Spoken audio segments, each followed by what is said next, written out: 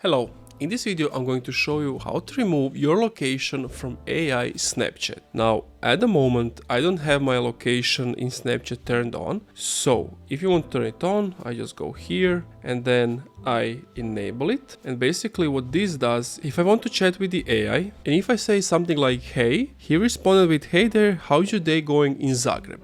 Now, I am currently in Zagreb and he knows my exact location, like in what town I am. And I don't want AI to know where I am. So, to do that, go back to your profile, to your settings, scroll down under additional services permissions, and as you can see, location is enabled because it doesn't say tap to enable on the right side. Go to your settings, location, and never. This is specifically a settings for Snapchat. And from there, if I go back, you can see it said tab to enable, but I don't want it enabled. And if I go in and I write the same message, he's just going to say, hey, what's up? Because he doesn't know where I'm currently located because I have disabled that from him. And that's it. Thank you for watching this video. If you enjoyed, leave a like, comment, subscribe.